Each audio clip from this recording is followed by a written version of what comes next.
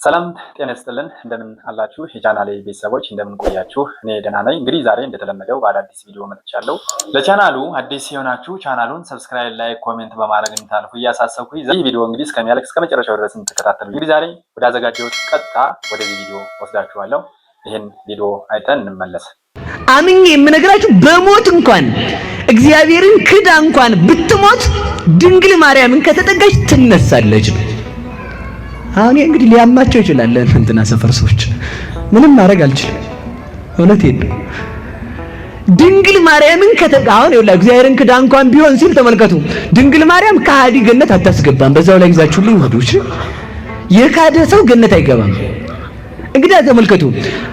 እባብ የሚፈራት በትር ምንድናት ከተባለ ተመልከቱ። አንድ ሰው ነበረ ሁላችሁም የምታውቁት ምን የሚል ከተባለ እመቤታችንን እየዘከረ የሚኖር ሰው ነበረ ይላል። ማንን እየዘከረ ባሉ እንጂ ከዚያ ሀብቱ አለቀ። ሀብቱ ሁሉ ሲያልቅ ሰው ወደማያውቀው ሀገር መሰደድ ነው የተነሳው። በለመንኩበት ሀገር ድሃ ሆኜ በሰጠሁበት ሀገር ድሃ ሆኜ ባበደርኩበት ሀገር ተበድሬ በከበርኩበት ሀገር ተዋርጄ ባበላሁበት ባጠጣሁበት ሀገር ፍርፋሪ ለቅሜ አልኖርም። የሰው ፊት እሳት ነው። ሰው ወደማያውቀኝ ሀገር ሄጄ ልለምን አለ። ተመልከቱ። እንዲያ ብሎ ሀብቱ ሲያልቅበት ተነስቶ ሄደ። ሁላችሁም የምታውቁት ታሪክ ነው። ግን ልነግራችሁ የፈለኩት እባብ እንዴት እንደሚፈራት ነው የነገርኳችሁ ያለሁት። ከዛ መጨረሻ ላይ ያ ሰውዬ ሀብቱን ጥሎ ሲሄድ ሰይጣን አገኘው። ሰው መስሎ ነው። ተመልከቱ እንግዲህ ወዴት ትሄዳለህ? እንዲህ ያለ ሀገር ምንድን ነበርክ? እንዲህ ያለው ባለሀብት ዘረዘረ ለሰይጣን መረጃውን ሸር አደረገለት። ከዛ ሰይጣን ያንሰማና እና እንደው ወርቅ አሁን ይሄንን ወርቅ ብሰጥህ ትልቅ የድንጋይ አንስቶ ነው ወርቅ አስመስሎ ተመልከቱ ብሰጥህ አትመለስም አለው። ይሄማ እንኳን ለኔ ለልጆቼ ይበቃ አይደል እመለሳለሁ እንጂ አለ። ከዛ ተመልከቱ ስላሴን ካደ፣ ቅዱሳንን ካደ፣ መላእክትን ካደ። ማን ተረስታ ነበር? እባብ የሚፈራት በግ እንጂ ማን ተረስታ ነበር? ወርቁን ይዞ ትንሽ ገደም እንዳለ ልፍ እንዳለ ተመልከቱ። አንተ ሰው አለ። እሺ ኧረ አንድ ነገር ረስቻለሁ አለው። ምንድነው የረሳው?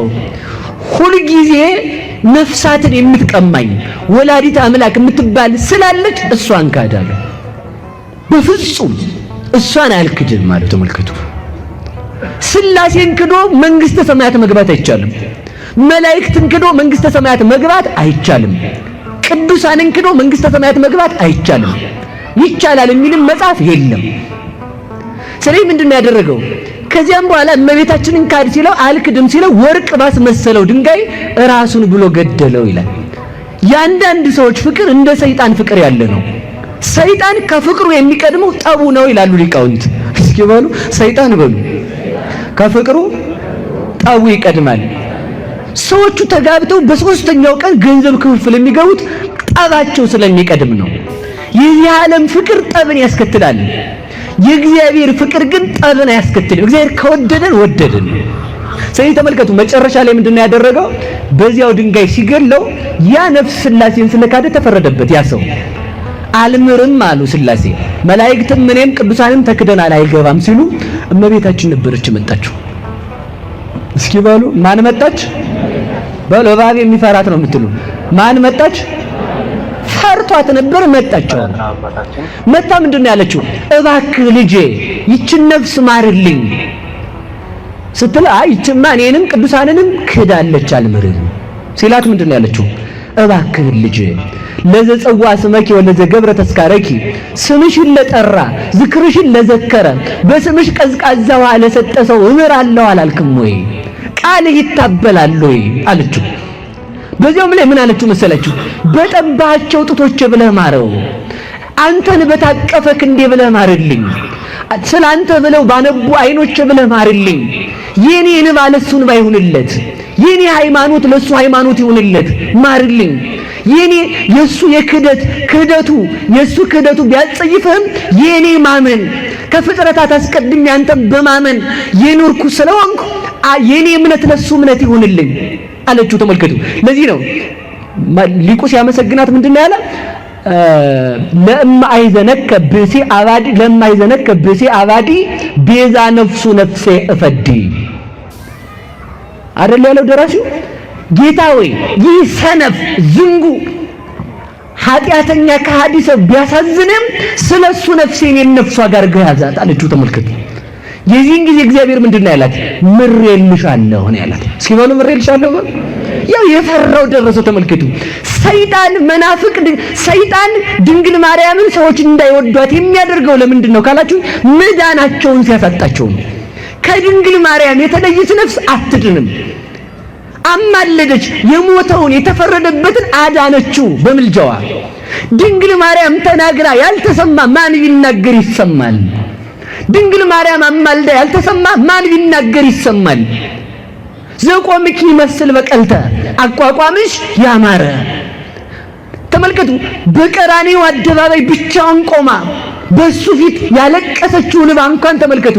ዓለም ተፈጥሮ እስከሚያልቅ ድረስ ሊያነባው አይችልም።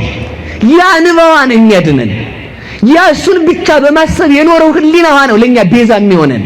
ስለዚህ ተመልከቱ። አቋቋሟ ያማረ ነው።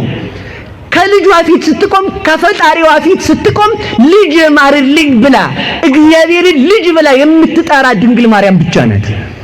እግዚአብሔርን መገብኩህ ብላ የምትጠራ ድንግል ማርያም ብቻ ናት። አንተ ልጅ ነህ ብላ ለእግዚአብሔር ሀገር በእኔ ማኅፀን 9 ወር ከ5 ቀን ተቀምጠሃል ብላ የምትጠራ ድንግል ማርያም ብቻ ናት። ተመልከቱ። ባዘነ ጀርባዬ ብላ የምትለምነው ድንግል ማርያም ብቻ ናት። አንተን በታቀፉ ክንዶቼ ብላ የምትለምነው ድንግል ማርያም ብቻ ናት። ማን ሊለምነው ይችላል? እግዚአብሔር። የሚገርም ነው። ሁሉም እኮ ይለምናል። ተመልከቱ። መለመንማ መልአክ ሲለምን አይደል እንዴ? መልአክ ቢለምን አገልጋይ ብሎ ይለምናል እንጂ መለመንማ መነኮሳት ሲለምኑ አይደል? መነኮሳት ቢለምኑ አክሊለ ሦክህን ደፍተን በገዳም ኖረናል ብለው ነው። መላእክት አገልጋይ ብለው ከለመኑ ድንግል ማርያም እናቴ ብላ ትለምናለች እንጂ መነኮሳት አክሊለ ሦክ ደፍተናል ያንተን የስቅላትህን አክሊለ ሦክ በራሳችን ላይ አኑረናል ብለው ከለመኑት ድንግል ማርያም ደግሞ ተመልከቱ አንተን አዝያለሁ ብላ ትለምነዋለች። ለዚህ ነው በእንተ አብራኪሃ እለ ሐቀፋከ ወበእንተ አይዳውያ እለ ገሰሳከ አንተን ስለታቀፉ ክንዶቿ ብለህ ማረን። አንተ ስላነቡ አይኖቿ ብለህ ማረን። አንተን ስለሰሙ ጆሮቿ ብለህ ማረን። አንተን ብቻ ልጅ ብላ በጠራችበት ክፉ ነገር ባልወጣ ባንደበቷ ብለህ ማረን። ስላንተ ብለው ስለተንከራተቱ እግሮቿ ብለህ ማረን ስንለው ይሄ ሁሉ መግቢያ ነው። ለዚህ ነው ቅዱስ ዳዊት ምን አለ? እክትዋ ለጽዮን ወቀፍዋ ወተናገሩ በውስተ ማይፈዲሃ ደዩ ልበክሙ ውስተ ኃይላ ጽዮንን ክበቧት አለ። እስኪ በሉላችሁ ጽዮንን በሉ እንጂ በደንብ ክበቧት በህንጻውም አውጉ አለ። ተመልከቱ። በህንጻው ማለት ምን ማለት ነው? ድንግል ማርያምን ክበቡና አውጉ ማለት ምን ማለት ነው?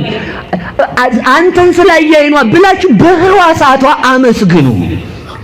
አንተን ስለታቀፈ ተመልከቱ። ለስርተ ርእስኪ ስለ ጸጉርሽ ብለሽ ስለ ጸጉሯ አመስግኑ። ለምን? አንድ ቀን እንኳን ገልጣ የማታውቅ ናትና። ተመልከቱ። ላይንትኪ የወደቁትን በሚጎበኙ አይኖቿ ተመልከቱ። የታሰሩትን እንኳን ርግበ ጊዮርጊስ ሐዲስ እንላታለን ቅድስት ድንግል ማርያም። ወገን ብናጣ በብቸኝነታችን ሰዓት የማናጣት ስንቃችን ናት። እስኪ በሉ በብቸኝነታችን በሉ የማናጣት፣ ኧረ በሞቴ በሉ በብቸኝነታችን የማናጣት እናታችን ናት።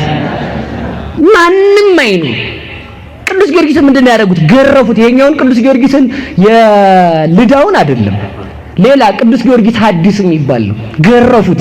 ከገረፉ በኋላ ሰውነቱን ሰነጣጥቀው እስር ቤት ውስጥ ተመልከቱ። ቁስሉን በእጁ እንኳን እንዳይነካ እጁን ወደ ኋላ አስረው አይኑን አጥፍተው አስቀመጡት። የዚያን ጊዜ የተገኘች አንድ ርግብ ነበረች። መስኮቱን ከፍታ ገብታ በክንፎቹ አይኑን አራግባ አይኑን አብርታለት ሰውነቱን የቆሰለውን ሰውነቱን በክንፎቿ ዳሳ አይኑን አብርታለት ወጣች ይላል። ያቺ ማናት ካልከኝ ድንግል ማርያም ናት። ስንቆስል የማትለየን ድንግል ማርያም ናት። ስንታሰር የማትለየን ድንግል ማርያም ናት። በኃጢአት ታስረን እንኳን ዛሬም ልጆቿ ነን። ወደ ሁላችን ትምጣልን እመቤታችን፣ ወደ ሁላችን ትምጣልን። ስለዚህ ተመልከቱ መጨረሻ ላይ ማረላት። ሲምርላት ምንድን ያለችው መሰላችሁ? ከማርክልኝ አስነሳልኝ አለችው። ማንን ክዶ መንግስተ ሰማያት መግባት አይቻልም? በሉ ተናገሩ እንጂ እባብ የሚፈራት በትር አሁን አመለጠ አላመለጠም? እባብ ይፈራታል። ይህችን በትር ነው የሚፈራት። በዚህች በትር ተመልከቱ፣ ያችን በትር ያንን እባቡን ተመልከቱ፣ ቀጥቅጣ ለሲኦል የተፈረደውን ሰው ለመንግስተ ሰማያት የምታበቃው በትር ናት። ማንም ወዳጅ በሌለን ሰዓት የምናገኛት ምርኩዛችን ናት። ጠላት በተነሳብን ጊዜ እባብን የምንቀጠቅጥባት በትር ሃይማኖታችን ናት። ሳንወድቅ የምንመረኮዛት በትር፣ ከወደቅን ከውድቀታችን የምንነሳባት ምርኩዝ ድንግል። እንግዲህ አባታችን ሰምተን ተመልሰናል። እንዲያው በጣም የሚያስደንቁ ትልቅ ሊቅ መምህር ናቸውና ሁልጊዜም በቪዲዮ እንዲያው አንዳንዴ ሁልጊዜ ማለት ይቻላል ይዣቸው እመጣለሁ። በጣም የሚገርም ነው ያስተማሩንና እውነት ነው። አንዳንዴ ስላሴን ክደን መላእክታኖችንም ክደን ጻድቃኖችንም ክደን መንግስተ ሰማያት እንገባለን ማለት አይደለም። ይታወቃል፣ ግልጽ ነው። ትልቁና ዋናው ነገር ጌታችን ኢየሱስ ክርስቶስን መካድ አይደለም። ድንግል ማርያምን እንኳን እሷን በእሷም አማላጅነት ሳናምን ክደናት እንኳን እሷ ምንም እንዳልሆነች ቁጥረናት እንኳን እንትን ካልን ከባድ ነገር ነው። በመንግስተ ሰማያትንም የመውረስ እንትናችን እድላችን 0% ነው እንደማለት ነው። እና እውነት ነው እናታችን ቅድስት ድንግል ማርያም እንደምታውቁት ነው ቤዛዊተ ኩሉ ዓለም ከልጇ እንድታማልደን እኛ ስንማጸናት ስንለምናት ልቧ አይጸናብንም። ሩህሩህ አዛኝ ናት እና ስንታሰር ስንሰበር ብዙ ነገር ስንሆን ካጠገባችን ብዙ ኃጢአት ሰርተን በኃጢአት ተዘፍቀን ስንኖር ካጠገባችን የማትለይ ልጅ ወዳጅ ማርልኝ በእኔ ስም እንደዚህ ያድርጓል፣ ምጽዋትን ሰጥቷል ወይም ዘክሯል ወይም ደግሞ አብልቷል ወይም እንደዚህ ያድርጓል ብላ ከልጇ ምሕረትን እያሰጠች መንግስተ ሰማያትን እንድንወርስ የምታደርገን እናታችን ቅድስት ድንግል ማርያም ለእሷ ክብር ይግባት፣ ለልጇም ለመድኃኒዓለም ክብር ለእሱ ይሁን እና በጣም የሚገርም ነው አባታችን ያስተማሩን። ቃለ ሕይወትን ያሰማልን። ወደ ሌላ ቪዲዮ ወስዳችኋለሁ። ይህን አይተን እንመለሳለን። እግዚአብሔር እንዴት ይፈርዳል! አንድ ግብፃዊ መነኩሴ ለገዳም መርጃ የእጃቸውን ስራ የሆኑትን ቅርጫቶች ሊሸጡ ወደ እስክንድሪያ ለመጓዝ በጠዋት ተነሱ። በመንገድ ላይ ታዲያ ትልቅ የቀብር ስነስርዓት ለማድረግ የሚጓዝ ህዝብ ገጠማቸው። ሟቹ ዝነኛ አረማዊ ገዢ ሲሆን በዘመነ ሰማዕታት በሺዎች የሚቆጠሩ ክርስቲያኖችን የገደለ ሰው ነበር። አሁን እድሜ ጠግቦ ሞቶ ነው። ቀኑ ውብ ፀሐያማ ቀን ነበርና የሀገሪቱ ዜጎች በነቂስ ወጥተው ገዢያቸውን እየቀበሩ ነው። ይህን ያዩት መነኩሴ ጉዳያቸውን ፈጽመው ወደ ገዳም ሲመለሱ አሳዛኝ ዜና ሰሙ። ለ60 ዓመታት በበረሃ በብህቱና ቅጠልና የበረሃ ፍሬ ብቻ እየበላ የኖረ ጸሎተኛ ባህታዊ በዚያች ዕለት በጅብ ተበልቶ ሞቶ ነበር። መነኩሴው እጅግ ጥልቅ ሐዘን ውስጥ ሆነው እንዲህ ሲሉ አሰቡ። በሺህ የሚቆጠሩ ክርስቲያኖችን የገደለው አረማዊ ሰው በታላቅ ክብር ታጅቦ ሲቀበር ሕይወቱን ሙሉ በጸሎትና በጾም ፈጣሪውን ያገለገለው ባህታዊ በጅብ ተበልቶ የተዋረደ አሟሟት ሞተ። ይህ እንዴት አይነት ፍርድ ነው? እግዚአብሔር ከመልካምነቱ ሁሉ ጋር ኢፍትሐዊ ነገሮች ሲሆኑ ዝም ብሎ ለምን ያያል? በዚህ ምክንያት ብዙ ሰዎች የፈጣሪ መኖር ይጠራጠራሉ። እኔም ፍርዱ እንዲገልጽልኝ መጸለይ ይኖርብኛል አሉ። ከዚያች ቀን ጀምረው መላልሰው ወደ ፈጣሪ ፍርድህን ግለጽልኝ እያሉ መጸለይ ጀመሩ። ብዙም ሳይቆይ እግዚአብሔር ፍርዱን ገለጸላቸው። ከሳምንታት በኋላ እንደተለመደው ወደ እስክንድሪያ የ3 ቀን ጉዞ ሊሄዱና ቅርጫታቸውን ሊሸጡ ተነሱ። መንገድ እንደጀመሩ ድንገት አንድ ወጣት መነኩሴ ወደ እርሳቸው ሲመጣ ተመለከቱ። አባቴ ባርኩኝ። እግዚአብሔር ይባርክ። ወዴት ይሄዳሉ? አለ ወጣቱ መነኩሴ። ወደ እስክንድሪያ ቅርጫቴን ልሸጥ እየሄድኩ ነው አሉት። ጥሩ አጋጣሚ ነው አባ፣ እኔም ወደዛ እየሄድኩ ነው አለ በትህትና። ጎሽ አብረን እንጓዛለና አሉ አባ። ወጣቱ መነኩሴ ከእጃቸው ሸክማቸውን ተቀበለ። ጥቂት እንደሄዱ እንዲህ አላቸው። አባ ያው እንደሚያውቁት እንደ መነኮሳት ስርዓት ጉዞ ስንጓዝ በጸሎት ከእግዚአብሔር ጋር መነጋገር ነው ያለብን አይደል አላቸው። ልክ ነው ልጄ አሉት። እንግዲያውስ ለ3 ቀን አብረን ስንጓዝ እስክንድሪያ እስክንደርስ አንዲትም ቃል አንነጋገር። ምናልባት በ3ቱ ቀን ጉዟችን ለማየት የሚከብድ ነገር እንኳን ሳደርግ ቢያዩኝ ላይናገሩኝ ላይፈርዱብኝ የዝምታ ቃል ኪዳኑን ላያፈርሱ ቃል ይግቡልኝ አላቸው። አባ እየተገረሙ እሺ በሕያው አምላክ እምላለሁ ልጄ አንዲትም ቃል አልተነፍስም አሉት። ሁለቱም አባቶች በጠዋት የአርምሞ ጉዟቸውን ጀመሩ። ቀትር ላይ ወደ አንዲት መንደር ደረሱ። ሁለት ወጣቶች እነዚህን መነኮሳት አዩአቸው። ከሁለቱ አንዱ ቅዱሳን አባቶቼ እያለ ወደ እነርሱ ሮጠ። አባቶቼ ፀሐዩ እስኪበርድ ድረስ እባካችሁ እኛ ቤት አረፍ በሉ አላቸው። ፀሐይዋ እየከረረች ስትመጣ በበረሃማዋ ግብፅ ጉዞ በጠዋትና ማታ እንጂ በቀትር ስለማይታሰብ ጉዟቸውን ማቋረጥ ግድ ሆነባቸው። ስለዚህ ሁለቱ ወጣቶች እነዚህ መነኮሳት በክብር ተቀብለው ከቤታቸው አስገቧቸው፣ እግራቸውን አጠቧቸው። በቤታቸው ከትውልድ ትውልድ ሲተላለፍ የኖረ የከበረ እጅግ ውድ የብር ሳህን ላይ ምግብ አቀረቡላቸው። መነኮሳቱ በዝምታ ተመገቡ። ከዚያ ትንሽ አረፍ የሚሉበት ክፍል ተሰጣቸው። ትንሽ እንደቆዩ ወጣቱ መነኩሴ ቀስ ብሎ ወደ ምግብ ማብሰያው ክፍል ገብቶ የበሉበትን ውድ የብር ሳህን በልብሱ ደብቆ ይዞ መጣና አባን ጠቅሶ ጠራቸው። ተሰናብተው ከወጡ በኋላ አባ በቀሚሱ ውስጥ የተደበቀውን የብር ሳህን ሲያዩ ደነገጡ።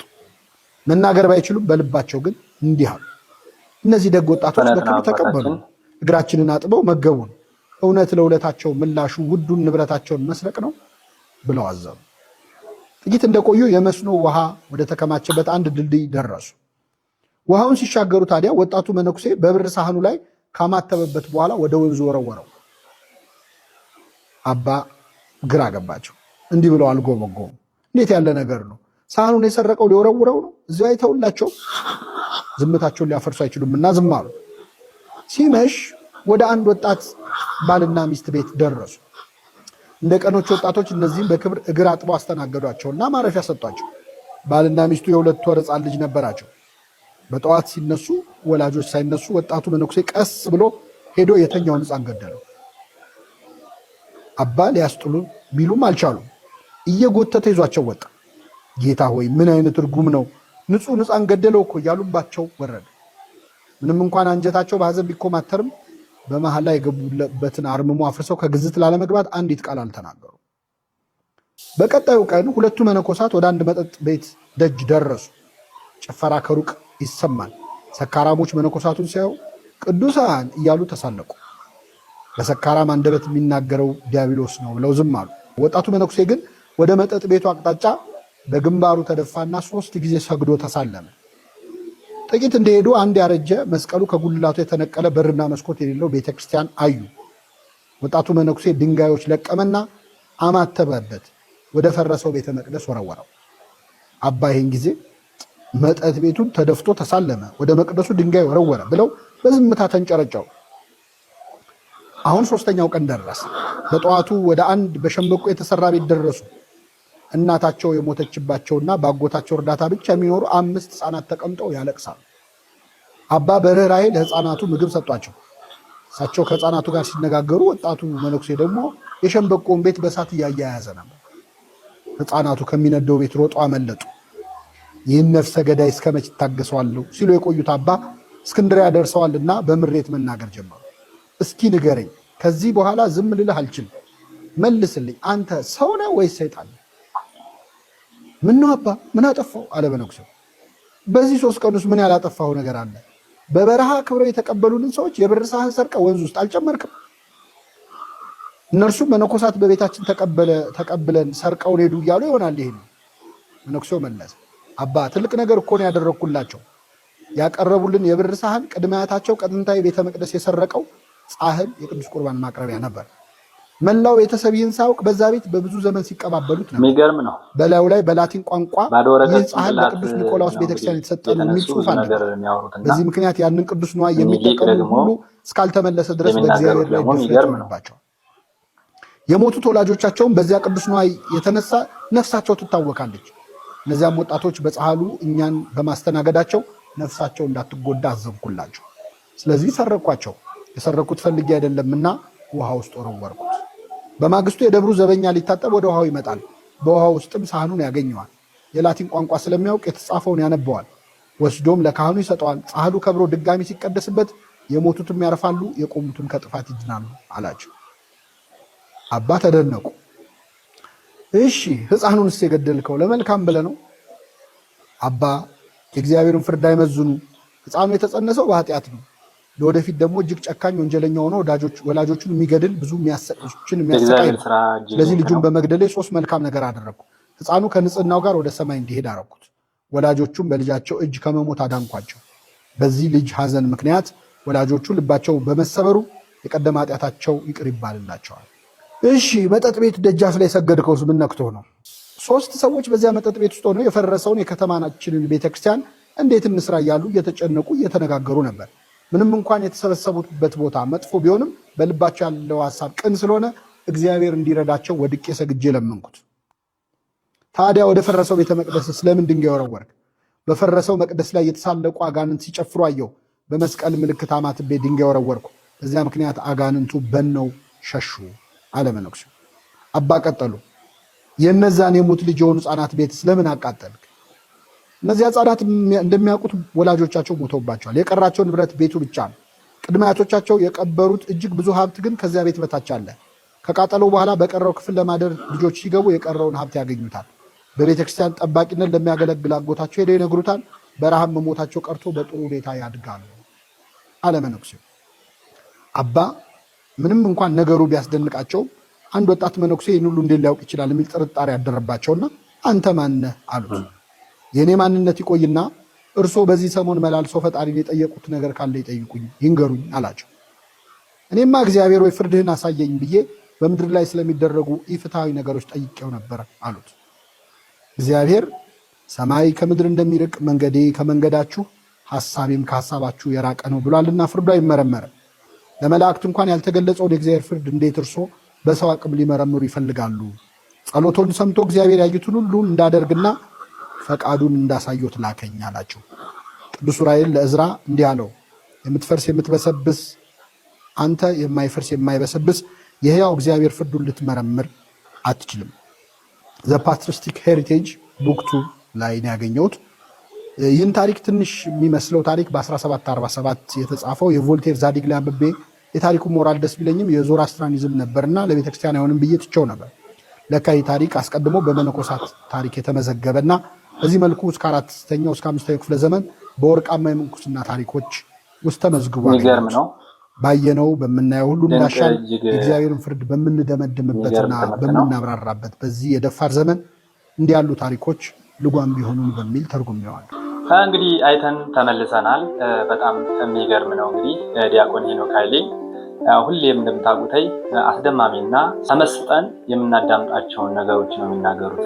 በትምህርትም ሲሰጡ በተለያዩ ነገሮችም ሲያስተምሩ እና በጣም እጅግ ድንቅ የሆነ ትምህርት ነው የሚሰጡት እና አሁን ይህ ታሪክም እውነት እግዚአብሔር እንዴት ይፈርዳል ለሚለው ምላሽ ነው ሁሉ ታሪክ የመጣና አንዳንዴ እግዚአብሔር የሚፈርድበትን ነገር አናውቅም። የእግዚአብሔር ስራ ያው የማይመረመር እጹብ ድንቅ የሆነ ሰው ፍጡር ሊመረምረው በስባሽ ፍጡር የሆነ ሰው ሊመረምረው የማይቻል ረቂቅ የሆነ ነገር ስለሆነ ማለት ነው እና አንዳንዴ የምናያቸው ነገሮች በደል እንኳን ቢመስሉን እግዚአብሔር ግን ፍርዱን እየፈረደ ስራውን እየሰራ እንደሆነ ነው እዚህ እንትን ላይ ታሪክ ላይ የምንረዳው ማለት ነው እና እንግዲህ ብዙ እንትኖችን የገደለ አረማዊ ንጉስ በብዙ ሰዎች የአገሩ ዜጎች እንግዲህ አጅበው ሲቀብሩት ስናይ ታሪኩን ስንሰማ እንዲሁም ደግሞ እግዚአብሔርን ሌት ተቀን ሲያመሰግን የነበሩ መነኮሳት እንዲሁም ባህታዊ ሊሆኑ ይችላሉ።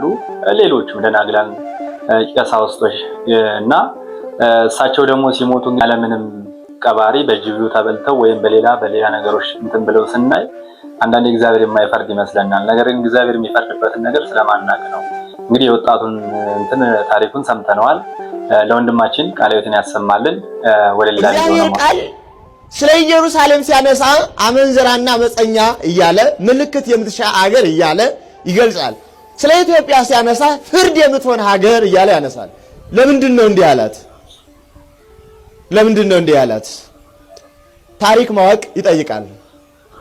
ለማንኛውም ትናንት መሰረት ነው፣ ዛሬ ግድግዳ ነው፣ ነገ ጣራ ነው። ትናንት መሰረት የሌለው ሰው ጅጓጅጌ ነው። መርጋት፣ ማሰብ፣ መመርመር፣ መረዳት አይምሮ ላይ ያርግ። ለዚህ ነው ቦይ ያደረገን። የመጣው ያፍሰናል፣ የተናገረው ይንደናል። ማንም ቃላተኛ ወደ ፈለገው ይዘውረናል። ለምን? መሰረት ያለው አስተሳሰብ የሀገር የሃይማኖት ስሜት እንዳያድርብን ተደርገናል። ማን ነው የሚያደርገው የሚል ማዶ ምዕራባዊ እጆች አሉ፣ የባንዳ ተወካዮች አሉ። ሃይማኖትም የሌለው ሀገርም የሌለው ትውልድም የማይወድ ባንዳዊ ቅርጽ ደግሞ አለ። በእነዚህ ምክንያቶች የተቀረጸ አስተሳሰብ ትናንትና የእግዚአብሔር ቤተሰቦች አጨብጭቡ እልል በሉ ብለን እንደሄድነው አያስሄድም። አሁን ቆም ብሎ ማሰብ ይጠይቀናል። ምንድነው የሆነው? ማን ያበላሸን? እንዴት ነው የምንመለሰው? ሰው ነን አይደለንም? ሰው ከሆነ ለምን ነው የምንበላለው? ሀገር ማን ወዶ ለምንድን ነው? ሃይማኖት አልባ መሆን የቻልነው ለምንድን ነው? ማን ነው እንዲያደረገን? ታዲያ ይሄ ሂደታችን ነገር ያስቀጥላል? ትውልድ ሀገር ህዝብ ይኖረናል አይኖረንም? ካልኖረን ማን ነው ይመልሰን? እኛው በዚያ ሂደት እንድንቀረጽ እንድናስብ ነው። በተለይም ሸምገል ያላችሁ እድሜ ያያችሁ ታግዙን አላችሁ፣ ታሪክ የምታውቁ ታግዙን አላችሁ። በእርግጥ የሚሰማ ካገኛችሁ ምን ለማለት ነው? የአባቶቻችን ህይወት የዛሬ ምርት ነው። የዛሬ ስራ ለነገ ዘር ነው። ታሪክ የሌለው ሰው ዘርም ምርትም የሌለው ባዶ ጋራ ነው። ታሪክና እኛ ደግሞ የጨለማ መጋረጃ ተጋርዶብን ትናንትን ማወቅ በደል ነው። ታውቃላችሁ፣ ስለ ትናንት መናገር ታርጋ አለው። ስለ ትናንት ማውራት በደል አለው። ስለ ትናንት ሁሉ ማስተማር ስህተት ነው። ትናንት ስህተት ነው ወይስ ምንድን ነው? ትናንት ላሊበላ አለ፣ ትናንት ፍልስፍና አለ፣ ትናንት ታሪክ አለ፣ ትናንት ሰው አለ። ያ ትናንት መረሳት ይችላል ወይ የሚል ጥያቄ ማሰብ ይጠይቃል። ምን ለማለት ነው? ኢትዮጵያ ሀገራችን 5000 ዘመናት በታሪክ አልፋለች። 5000 ዘመናት። በ5000 ዘመን ታሪኳ አንደኛው ክፍል የክርስቶስ ምጽአት የስጋዊ ታሪክ ነው፣ 2000 ዓመት ነው። ሁለተኛው ክፍል የኦሪቱ ታሪኳ 1000 ዓመት ነው፣ 3000 ዓመት ነው። ሶስተኛው ክፍል የሕገ ልቡና ዘመኗ 2000 ዓመት ያህል በላይ ነው። 5000 ዓመት የኖረች ሀገር፣ 5000 ዓመት የኖረ ህዝብ፣ ስርዓተ መንግስት ያለው፣ እግዚአብሔር ያለው፣ አምልኮት ያለው፣ ህግ ያለው፣ ማህበረሰብ ያለው፣ አመራር ያለው፣ ስነ ምግባር ያለው፣ ጤና ያለው ህዝብ ነበረ። ትናንትን ማወቅ ካቃተን ብዙዎች እኛ መኖር የጀመርነው ትናንት ይመስለናል፣ ወይም የትናንቱ ትናንት አጭሯ ትናንት ማለት ነው። ምን ለማለት ነው?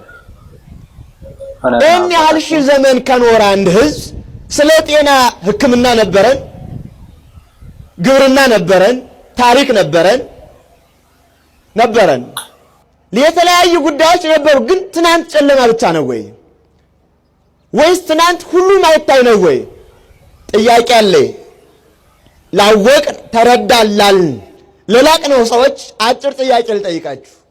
ከትናንት የተሻለ ሐሳብ ያላቸው ዛሬ አሉ ወይስ ዛሬ ከትናንት ያነሰ ሐሳብ አለ?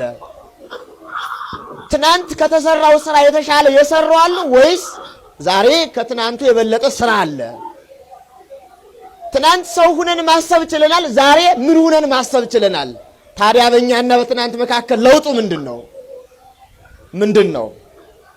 ታዲያ ልህቀቴ፣ ማወቄ፣ መረዳቴ፣ መማሬ ምንድነው የተማርኩት? ሰው ካላደረገኝ፣ እግዚአብሔር ከሌለኝ፣ ሃይማኖትም ከሌለኝ፣ አምልኮቴን ካጠፋብኝ፣ ከወረረኝ እኔ ምንድነኝ? ምንድነው ያወቅሁት? ማን ያሳወቀኝ? ትናንት ሰራ ነበር፣ ዛሬ ገዛለሁ። ትናንት አውቅ ነበር፣ ዛሬ ገለብጣለሁ። ትናንት አመርት ነበር፣ ዛሬ ቀዳለሁ። ትናንት ዕውቀት፣ ፊደል፣ ትምህርት ነበረኝ፣ ዛሬ ደግሞ አስመጣለሁ። ታዲያ እኔና ትናንትና እኔ ምንድነው ዕውቀታችን? እኔ ከአባቶቼ የወረሱትና ከትምህርት የወረሱት ምንድነው የሚለውን ሁሉ ጥያቄ ለአእምሯችን እንስጥና ትናንት ማን ነበር? እንደ ክርስትና ሃይማኖታዊ፣ ኦርቶዶክሳዊ፣ ርቱዓዊ ታሪክ ነው። ርቱዕነት ያለው ከዚህ ከጥላቻና ከሴራ መቃረም ጋረጃ መውጣት ከቻለ ነው ማሰብ የሚችለው። አዳምጠን ተመልሰናል። እጅግ የምንወዳቸው ሊቃችን ናቸው። እንግዲህ ቤተክርስቲያን እውነት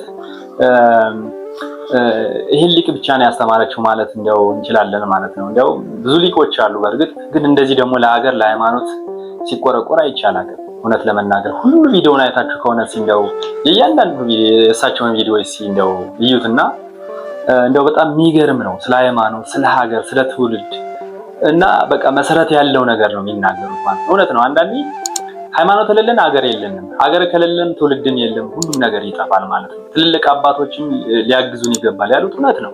ስለዚህ ሀገራችንን እንዳጠፋ ትውልዱ እንዳይበከል በተለያዩ ሀገራቶች ተሰልቦ እንዳይ እዚህ ላይ እውነት እዚህ ላይ የሚመለከታችሁ አባቶችም ወንድሞችም አዋቂዎችም ትልልቆችም ወጣቶችም እሳቸውም እንዳሉት ነው። ስለዚህ ይመለከታችሁ በሙሉ ልትሰሩ ይገባል ማለት ነውና ትውልድ እንዳይጠፋ፣ ሀገር እንዳይጠፋ፣ ሃይማኖት እንዳይጠፋ ባዶ ሀገር እንዳትሆንብን። ስለዚህ ለሀገራችን ልንሰራ ይገባል፣ ሁላችን በምንችለው ማለት። ለአባታችን ቃለ ሕይወትን ያሰማልን። በጣም ጥሩ ትምህርት ነበረ፣ እግዚአብሔር ይስጥልን። ሌላ ቪዲዮ አለ፣ ይህን ቪዲዮ አይተን እንመለሳለን።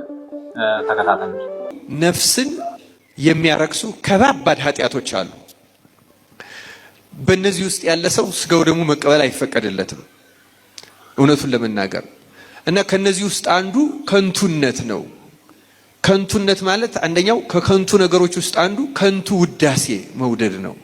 ከንቱ ውዳሴ ማለት መመስገን መፈለግ፣ መታየት መፈለግ፣ መወደድ መፈለግ፣ መደነቅ መፈለግ፣ ለምናደርገው ነገር እውቅና መስጠት እና እንዲያውም አሁን ደግሞ የመጣብን በሽታ እንደው ያለን ሰውኛ ማመስገን አንችልበትም የሚል በሽታ መጥቷል። አይደለም ጥሩ የሚመስል ግን በጣም አደገኛ ነገር ነው።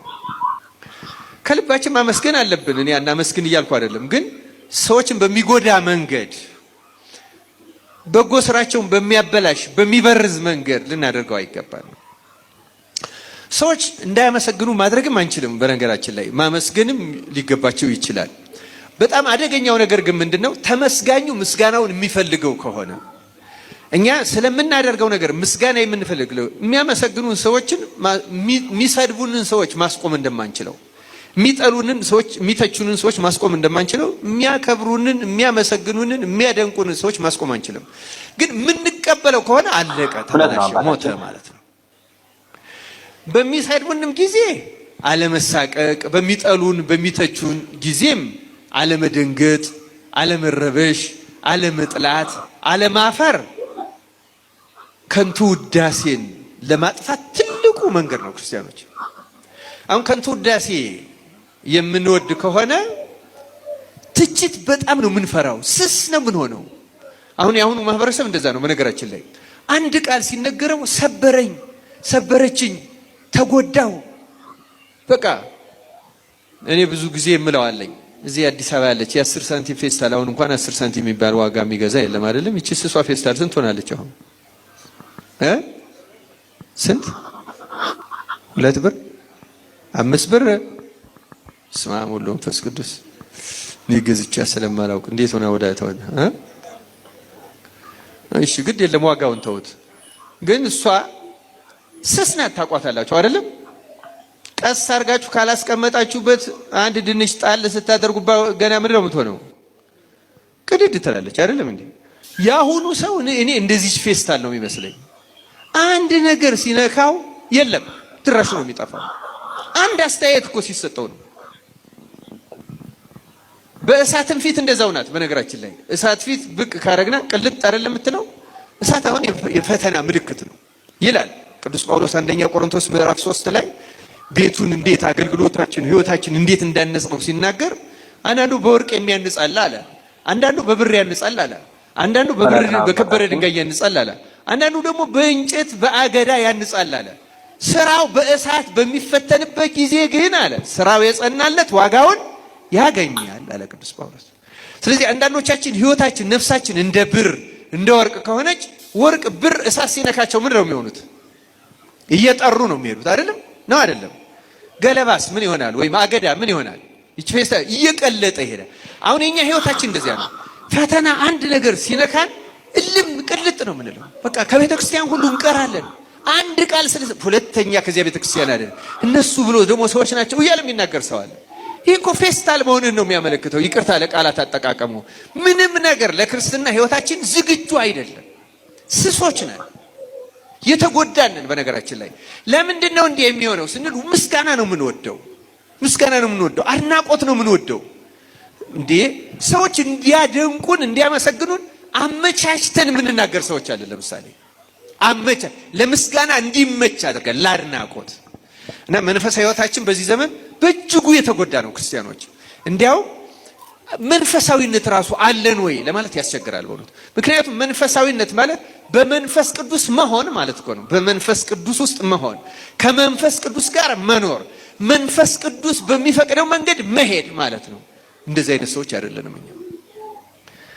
ከኛ አስተሳሰብ ነው የምናደርገው እና የዚህ እግዚአብሔርን አክብሩ ይላል። በምናችሁ አክብሩ? በሁለንተናችን ማንንም ማክበር አለብን። እግዚአብሔርን ለማክበር ያብቃል። እና ራስን ለማስተካከል መጣር በጣም በጣም በጣም በጣም አስፈላጊ ነው። መጻሕፍት አልተነቀፉም። ከሕግ አንዲት ነጥብ አይደለም ያለው ጌታ፣ ከሕግ አንዲት ነጥብ ከምትወድቅ ይልቅ ምን ቢያልፍ ይቀላል? ሰማይና ምድር ቢያልፉ አንዷ ቃል፣ ምክንያቱም ሕይወት ሰጪ ናት። ራሳችንን ነው ማስተካከል እንጂ ይሄ ከዚህ ዘመን ጋር አይሄድም። እንደዚህ ምንም እንደዚያ ያለ የለም። ችግሩ ያለው ሰዎች ላይ ነው። መታረምም ያለብን ሰዎች ነን። መስተካከል ያለብን ሰዎች ነን። ቅዱስ ጳውሎስ አንደኛ ጢሞቴዎስ ምዕራፍ 3 ቁጥር 5 ላይ እንዲህ ይላል፣ ብዘገይ ግን በእግዚአብሔር ማደሪያ ቤት መኖር እንዴት እንደሚገባ ታውቅ ዘንድ እጽፍልሃለሁ። ቤቱም ይላል ቤቱም የእውነት አምድና መሰረት የሕያው እግዚአብሔር ቤተ ክርስቲያን ነው። በቃ ቤቱ የእውነት አምድ ነው። ክርስቲያኖች በእውነት ነው የተሰራ። ምን ማመልክም ያለብን በእውነት ነው። እኛንን የምንስተካከል እንጂ ቤተ ክርስቲያን አትስተካከልም። ቤተ ክርስቲያን አትስተካከልም ስንል ቤተ ክርስቲያን አስመስለው የቤተ ክርስቲያን አስመስለው ሰዎች የሰሩት ስርዓት ልክ እንደ ፈሪሳውያን ያለው ግን ይናዳል። ለዚያ ነው ጌታ ገበታውን የገለበጠው። ለዚያ ነው ጅራፍ ገርቦ ያስወጣቸው። ሊመስለን ይችላል ረጅም ዘመን ስለኖረ የሆነ ነገር ስለሆነ አይደለም። ቤቱ የእውነት ነው። በእውነት ነው የተሰራው። በመንፈስ ቅዱስ ገላጭነት ነው። ከመንፈስ ቅዱስ ገላጭነት በቅዱሳን ያልተሰራ ስርዓት ሁሉ ሰባዊ ስርዓት ነው፣ ጠቃሚ አይደለም። ክርስቲያኖች መጻሕፍት የሚነግሩን ይሄን ነው። ቤቱ የእውነት አውድና መሰረት ነው። ቤቱም የሕያው እግዚአብሔር ቤተክርስቲያን ነው። ለዚህ ነው ቅዱስ ጳውሎስ አንደኛ ቆሮንቶስ ምዕራፍ 14 ላይ ቁጥር 10 ላይ ሁሉ በአግባብና በስርዓት ይሁን። ስርዓት መሰረታዊ ነገር ነው። የመጨረሻው አምልኮችን የአምልኮ መልክ ብቻ እንዳይሆን መጠንቀቅ። እግዚአብሔር ከዚህ ይጠብቀን። ጠቅሱን ታውቁታላችሁ። ቅዱስ ጳውሎስ ሁለተኛ ጢሞቴዎስ ምዕራፍ 3 ላይ ነገር ግን በመጨረሻው ዘመን የሚያስጨንቅ ዘመን እንዲመጣ ይህን እወቅ፣ ሰዎች ራሳቸውን የሚወዱ ይሆናሉና ይላል። ማንን የሚወዱ? ገንዘብን የሚወዱ። ራሱን የሚወድ ሰው ገንዘብ ይወዳል አይወድም? ራሱን የሚወድ ሰው ትምክህተኞች ይላል። ትዕቢተኞች፣ ተሳዳቢዎች፣ ለወላጆቻቸው የማይታዘዙ፣ የማያመሰግኑ፣ ቅድስና የሌላቸው፣ ፍቅር የሌላቸው፣ እርቅን የማይሰሙ፣ ሐሜተኞች፣ ራሳቸውን የማይገዙ፣ ጨካኞች፣ መልካም የሆነውን የማይወዱ፣ ከዳተኞች፣ ችኩሎች፣ በትዕቢት የተነፉ፣ ከእግዚአብሔር ይልቅ ተድላን የሚወዱ ይሆናሉ ይልና የአምልኮት መልክ አላቸው፣ ኃይሉን ግን ክደዋል። ከነዚህ ደግሞ ራቅ።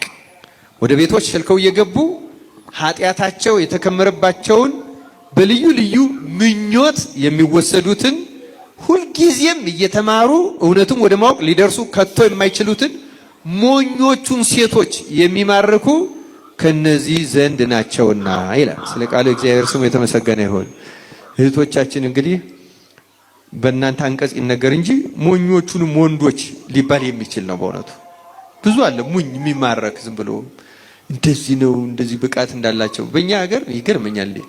አንድ ሰው እስቲ በሌላው ሲታለል እኔ እመቤቴ ማርያም ነኝ በሚል ሴት እንዴት ይታለላል ሰው? በጣም ይገርማል። አባታችን እኔ ካላንደሩን አውቀዋለሁ ኦርቶዶክስ አይደለም ተዋህዶ ነን በምትል ሴትዮ እንደ ሰው እንዴት ይታታላል በዚህ ዘመን? ምክንያቱም መንፈስ ቅዱስ ሲለየን ማንም ለምንድን ነው የምንታለን ካላችሁ በሁለት ምክንያት ነው የምንታለለው። በነገራችን ላይ ይሄን ማየት ይችላል። በሁለት መሰረታዊ ምክንያቶች ነው የምንታለለው። አንደኛውና መሰረታዊው ነገር እውነትን አናውቅም። ስለማናውቅ ይሄ ያለው ትክክል ይሁን ይሄ ያለው ትክክል ይሁን አናውቅም። አይደለም እንዴ? ለምንድን ነው እውነትን የማናውቀው? በመንፈስ አይደለንም፣ ትክክል አይደለም። እውነቱን የማያውቅ ሰው ምን ነገሌ እንዲህ ይላሉ ነገሌ የትኛው እንደሆነ እኔ ምን ተስማምታችሁ ንገሩን የሚል ሰው ሁሉ አለ። አይደለም ደግሞ ራሱን ያወጣ እየመሰለው የመጨነቅ ነው። እውነትን ማወቅ ግን ግዴታ ነው። ክርስቲያኖች እውነትን ማወቅ ግዴታ ነው፣ ክርስቲያናዊ ግዴታ ነው። በመጽሐፍት ያለውን ማወቅ ነው እውነትን ማወቅ። እውነት ነው። እንግዲህ እዚህ ላይ ሰምተን ተመልሰናል። እንግዲህ አባታችን የምናውቃቸው አባታችን እንደው በመጽሐፍ ቅዱስ እየጠቀሱ ነው ሁሌም የሚያስተምሩት የማይጠገብ ነው ትምህርታቸው እና በጣም የሚገርም ነው። አሁን እንግዲህ እነዚህን ኃጢአቶች እንግዲህ የሰራ ሰው ስጋ ወደሙን መውሰድ እንደማይችል ነፍስን ያረክሳሉ ማለት ነው። ስለዚህ እነዚህን ኃጢአቶች እንግዲህ የሰራን ሰዎች ካለን ቀኖና አባታችን ወስደን በንስሐ ተመልሰን እንግዲህ ስጋ ወደሙን መውሰድ እንዳለብን ያስተማሩን እና እንግዲህ አንዳንዴ ያው ነፍስን የሚያረክሱ ብዙ ኃጢአቶች አሉ፣ ግን እነዚህ ከበድ ያሉ ኃጢአቶች ነው ብለው በአትኩረት ለይተው ያስተማሩንና ለአባታችን ቃለ ሕይወት ያሰማልን። እንግዲህ ንስሐ ገብተን ስጋው ደግሞ እንድንወስድ የበቃን የተዘጋጀ እንዲያደርገን ልዑል እግዚአብሔር እንማጸነዋለን። ክብር ለእሱ ይሁን። ደሳቸውን ቃለ ሕይወት ያሰማልን። ወደ ሌላ ቤት ወስዳቸዋለን። ይህን አይተን እንመለሳለን።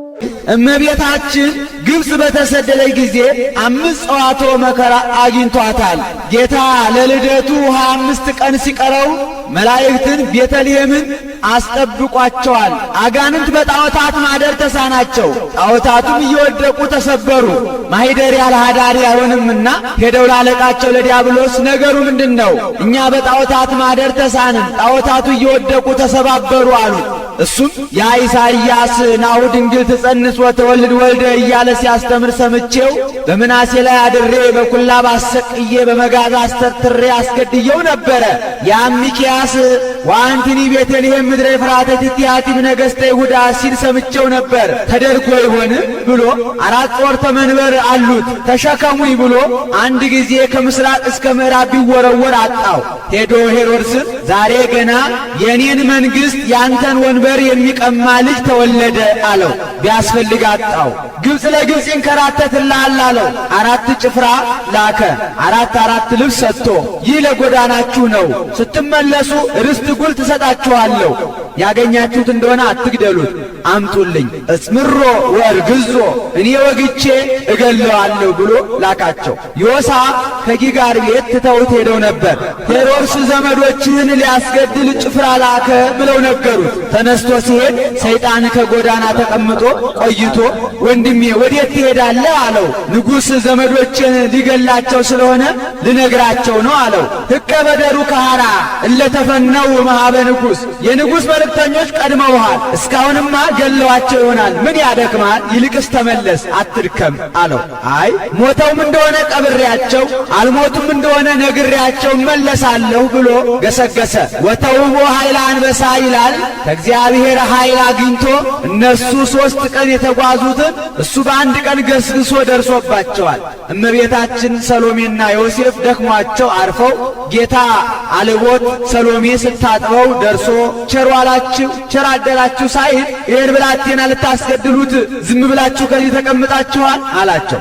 ሶበተ መጣወት ለሮሳ እምደ ሰሎሜ ከመትልኪዮ ሐቂፋ በልብሳ እንዲህ ከሰሎሜ እጅ ተቀብላ እንዲህ መከራ የምቀበለው ላላድን ነው ልጄ ብላ ምርር ብላ አልቀሳለች። ዮሳ ዮሳ እሱ ምጽአትከ አመጣጥህ ዋጋ የሚያሰጥ ነበር። ነገር ግን እናቴን ስላስደነገጥካት በዕለተ ምጽአት አስነስቼ ዋጋህን እስክሰጥህ ድረስ እሷን ድንጋይ ተንተርሰተኛ አለው። ወዲያው ነፍሱ ከሥጋው ተለየች። አባቱ ዮሴፍ ቀብሮታል። ዮሳ ወልደ ዮሴፍ ምንተ ገብረ ኃጢአተ በእንተ ዘአምጽአ ዜና ዘያደነግጸኪ ግብተ አኮኑ ጻድቅ በፍትሐ ጽጌኪ ሞተ ለምንት ድንግል ታረምሚ ወታበዚ ትዕግስተ ጸረ ተአምርኪ ላዕዮ አዝንሚ እሳት እንዳለ ደራሲ። እነዚያም ጭፍሮች በደረሱባቸው ጊዜ ሾላ ዛፍ ነበረች። ሰውሪን ብለዋት ተከፍታ ሰውራቸዋለች።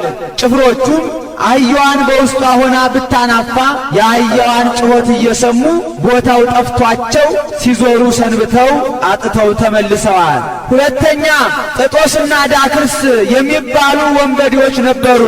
ሲከታተሏቸው ቆይተው 6 ቀን ተሰውረው በ7ኛው ቀን ተገልጸውላቸዋል። ዛሬ በእጃችን ላይ ጣላችሁ ብለው እየተሯሯጡ መጡ። ልብሳቸውን ገፈው ልብ ብለው ይማከሩ ጀመር። ጥጦስ ይህች ሴት ከአዝማደ ነገሥት ወገን ትመስለኛለች፣ እሱም ከደቂቀ ነቢያት ወገን ይመስለኛል። እባክህን ያሳዝናሉ፣ እንመልስላቸው አለው። ዳክርስ ግን ወንድሜ እንዲህ ያለውን ርኅራኄን ከወዴት አገኘው? ቀድሞ ይህንን ውንብድና ያስተማርከኝ አንተ አይደለህምን? በዚያውስ ላይ በማን ተራ ታዛለህ አለው። የሚቀሙት በተራ ነበርና አንድ ቀን የቀሙትን ለአንዳቸው አንድ ቀን የቀሙትን ለአንዳቸው ያደርጉ ነበርና ያን ጊዜ ተራው የዳክርስ ነበረ።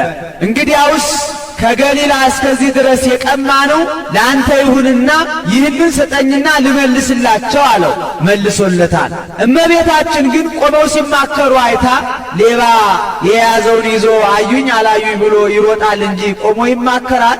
እነዚህስ ልጆቻቸውን የገደሉባቸው ሰዎች ናቸው፣ ልጄን ሊገሉብኝ ነው ብላ ምርር ብላ አለቀሰች። ጌታም አይዞሽ አታልቅሺ፣ ሊገሉኝ አይደለም እንመልስላቸው ሲባባሉ ነው። የዛሬ 30 ሦስት ዘመን እኔ በተሰቀልኩ ጊዜ አብረውኝ ይሰቀላሉ።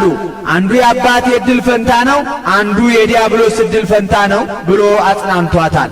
ጥጦስ መጣና ንብረታቸውን መልሶ ጌታን እሽኮኮ ብሎ ሲሄድ ሰይፉ ከወገቡ ላይ ተመዞ ወድቆ ተሰበረ። አዘነ። ሕፃኑ ሐዘንከኑ ጥጦስ አለው። አዘንክ አለው። አዎን አለው። አስተጋብስ ስባረ ሰይፍከ አለው። ሰብስቦ አመጣና ቀረበለት። እንደነበረ አድርጎ ሰጠው። ደስ ብሎት ይህ ብላቴና ከነቢያት ወገን ነው አለ። ወዲያውኑም ሕፃኑ አንተ ትቀድሞ ለአዳም በዊአ ውስተ ገነት፣ አዳምን ቀድመው ገነት ትገባለህ ብሎታል። እሱም ሄዶ አልነገርኩም ወንድሜ፣ ይህች ሴት ከአዝማደ ነገሥት ወገን ናት፣ እሱም ከደቂቀ ነቢያት ወገን ነው አላልኩህም?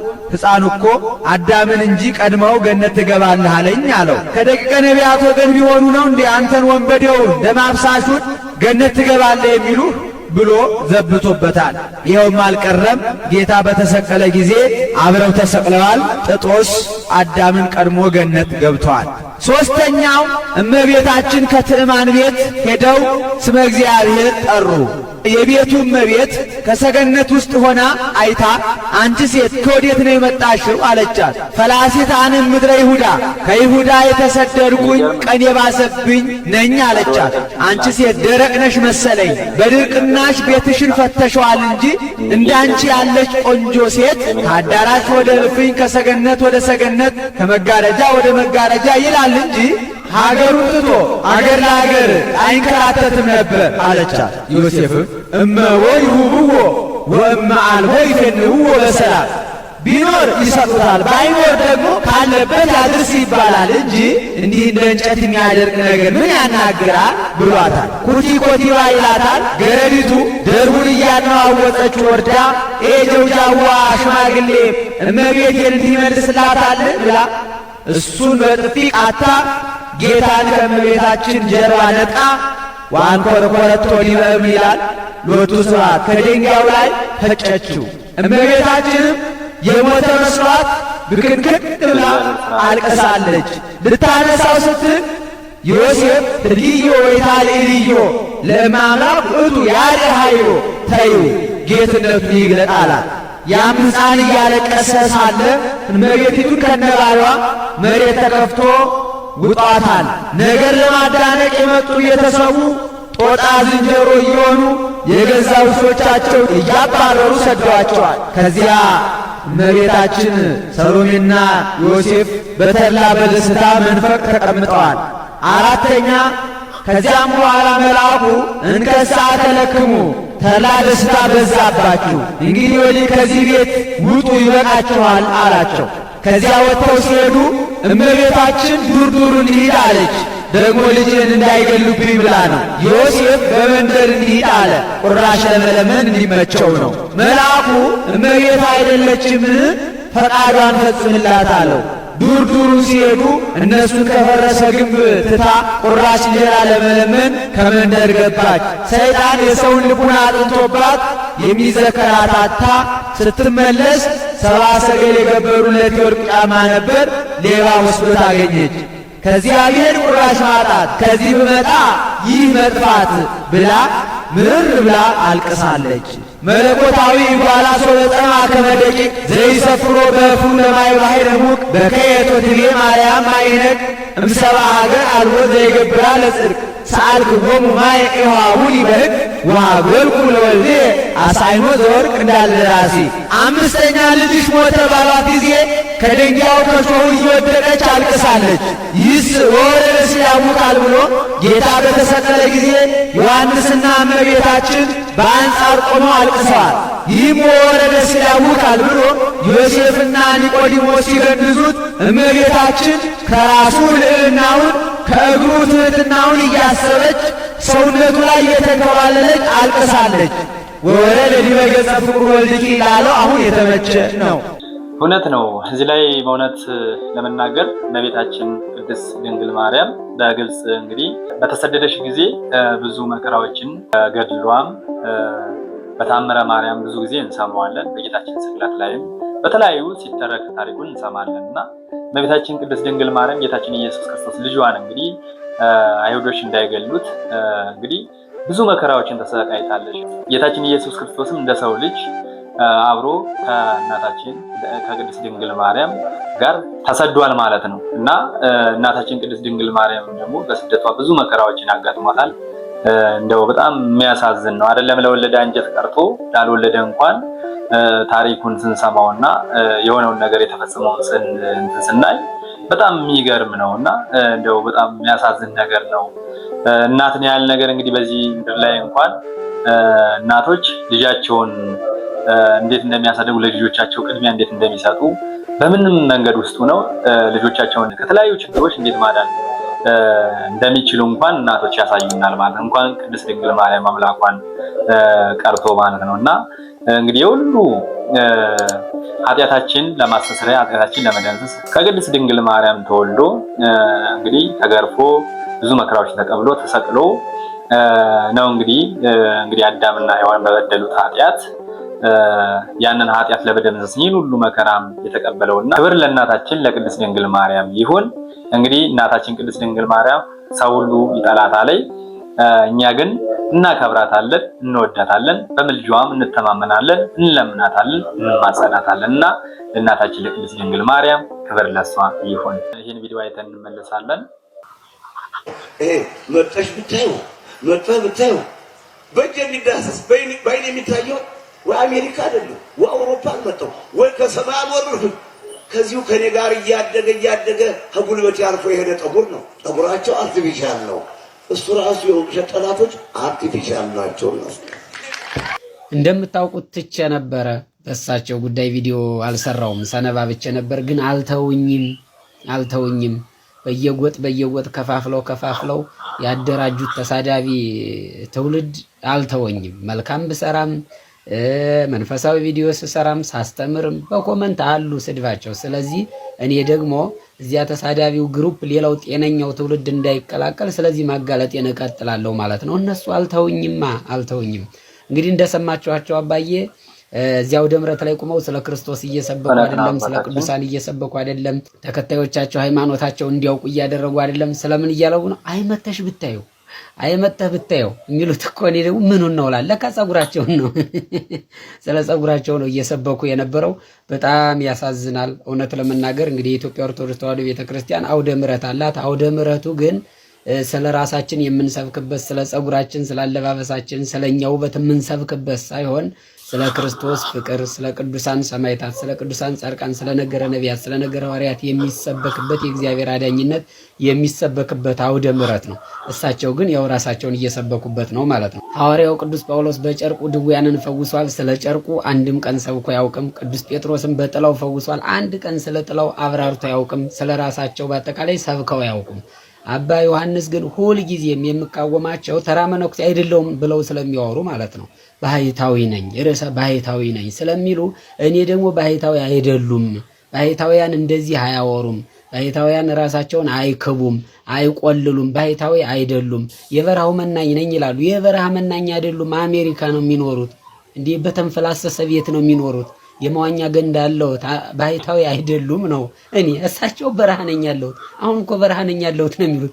አሜሪካ ውስጥ በረሃ አለ እንዲህ ወገን? እስኪ አሜሪካ የምትኖሩ ንገሩኝ። እቀጥላለሁ ማለት ነው። እናንተ ለስድብ የተዘጋጃችሁ ሃይማኖት የሌላችሁ ተሳዳቢዎች ግሩፖች ካልተዋችሁ ማለት ነው እኔ ማጋለጤን እቀጥላለሁ። የተወደዳችሁ ኦርቶዶክሳውያን ለምንድን ነው ኮፒ ሊንክ የማታደርጉት? ማርያምን ኮፒ ሊንክ አድርጉ። አካውንቴ ተመቷል። በደንብ አድርጋችሁ ኮፒ ሊንክ አድርጉት፣ ቫይራል ይውጣ። እንግዲህ አባዬ ስለ ራሳቸው ይሰብካሉ። እኔ ደግሞ ምንድነው ብለው ስለ ራሱ የሰበከ ሐዋርያ የለንም እያልኩ ነው። አውደ ምሕረቱ ስለ ራሳችን የምንሰብክበት አይደለም፣ ስለ ክርስቶስ የሚሰበክበት ነው።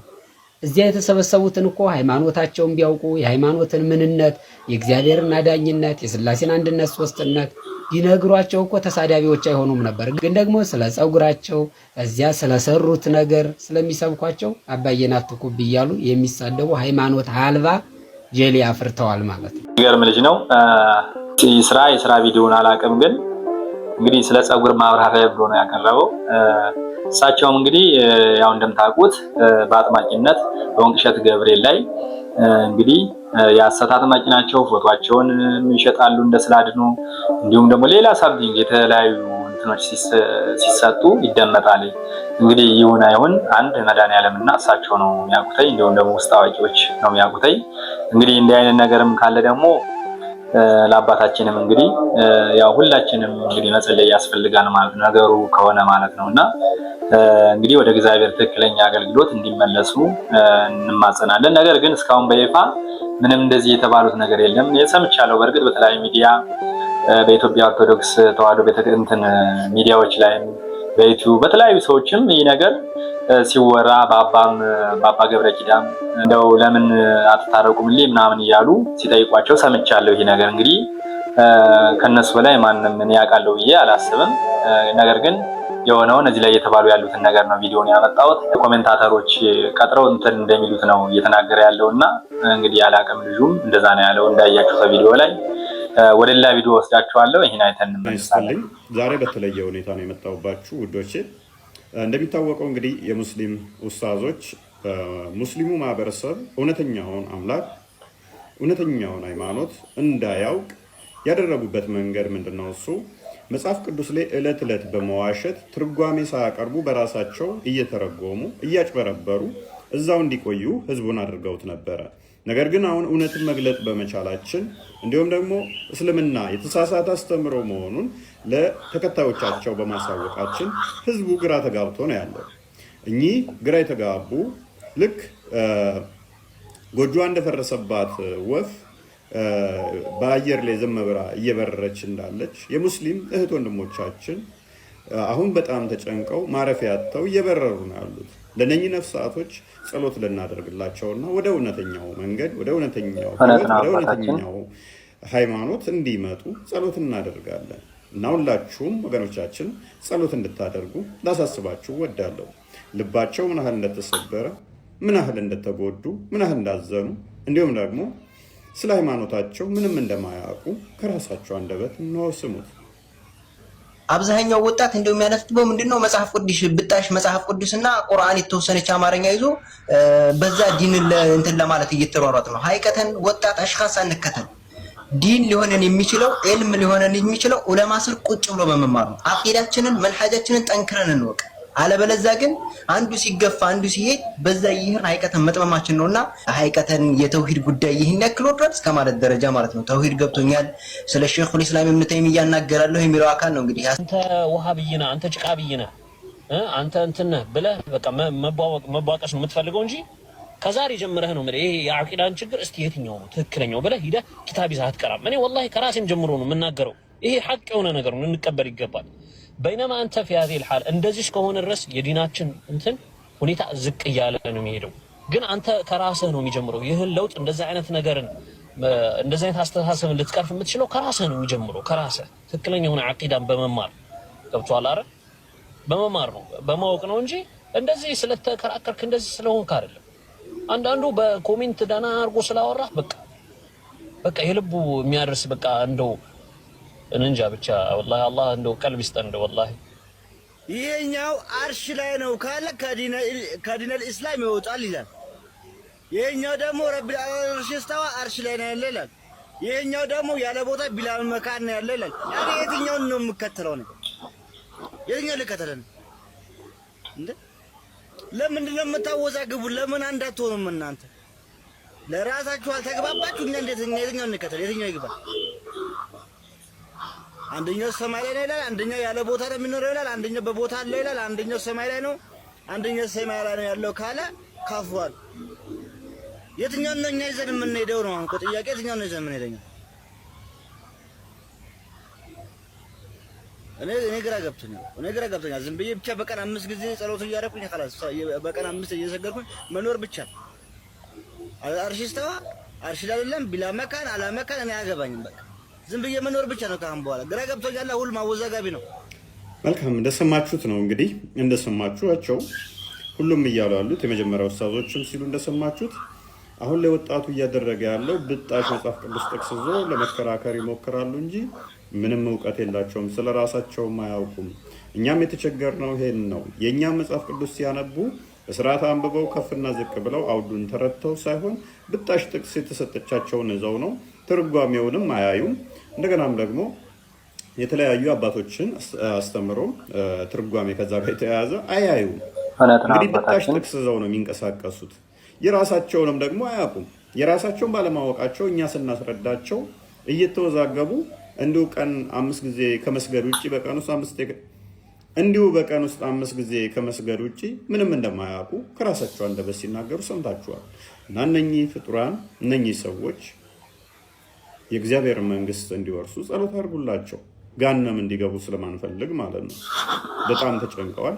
እንደተጨነቁ እየተረዳን ስለሆነ እለት እለት የሚደርሱ መረጃዎችን ስላሉ ብዙ ነፍሳት እየዳኑ ነው። እነኚህም ደግሞ ይድኑ ዘንድ ልባቸውን እንዳያደነድኑ እግዚአብሔር በምሕረቱ እንዲጎበኛቸው እንዲያስባቸው ጸሎት አድርጉላቸው። ያሳዝናሉና አብዱ አትሳደብ። ለእኔ አይደለም አንገት መቅላት ብቻ ነበር የሚያስፈልገው። ሌላ ምን አንተ ጋር ማውራት አያስፈልግም። ትቀላኛለህ። ለእኔ አይደለም ካሊድን እየጠየኩት ያለሁት መረጃ እየጠየኩት ያለሁት አራማን አላሽዋሲል ለእኔ ሳይሆን እየጠየኩት ያለው ከስር ምን ባገኝህ አንገትህን ነበር መቀለው። አንተን ባገኝህ ማለት ነው። አንገቴን ቀልተቀቅለ ትበለዋለህ። ይሄ ዋብያነቱን እየገለጸልኝ ነው። የአንተ ስጋ ማን ነው ብለው ጀሃነም ነው እንጂ የሚወርድልህ። አንገትን አቀልቼ ከዛም በኋላ ጀሃነም ነበር ማወርድህ። ከዛም በኋላ ነው የምታገኘው። እሺ ቀጥል ካሊድ። ይሄንኛው እኮ ነው ያለ ቁርአንን ጠቀሰ ማለት ያለበትን ቦታ ንገረኝና እንፋለም እስኪ። እኔ ፍልሜ ከደምና ስጋ ጋር አይደለም ከሚያርዱት ጋር ሳይሆን እኔ ከአጋንንት ጋር ወንድነትን እንየው እስኪ። እኔ ወንድነቴ ሰውን በመግደል ወንድነትን እንየው። الرحمن على العرش الرحمن على العرش እምነት ካለህ ትክክለኛ እምነት ካለህ ይሄው አንተና እኔ እንፋለም እስኪ። አንተ ትክክለኛ እምነት አለህ አይደለ? እምነቴ ነው በማድረግ ለማይታወቀው እንድታረድ ካለህ ከኔ ጋር እንፋለምና እንገጥማለን ማለት ነው። ሁለታችን ምንድነው የምገጥመው? ትክክለኛ ከሆነ ለእምነት የምትሞት ከሆነ እንታይ እስኪ። በማረድ ነው እንዴ? አንተ ካረድኩና ካረድከኝ ነው እንዴ እምነት የሚገለጠው? ወንድማችን ያጋንንት የአብዱልዋሃብን እምነት አላመንክበትማ። ስላላመንክበት እኮ ነው። ስለዚህ ልታርደኝ ስላላመንኩበት። الرحمن على العرش استوى الرحمن عرش ረቶል ተይራጁ ካመንክማ ብትሞት ምን ችግር አለው? እሺ አላህ ነው ያለው ብለህ ነው የምታምነው አንተ?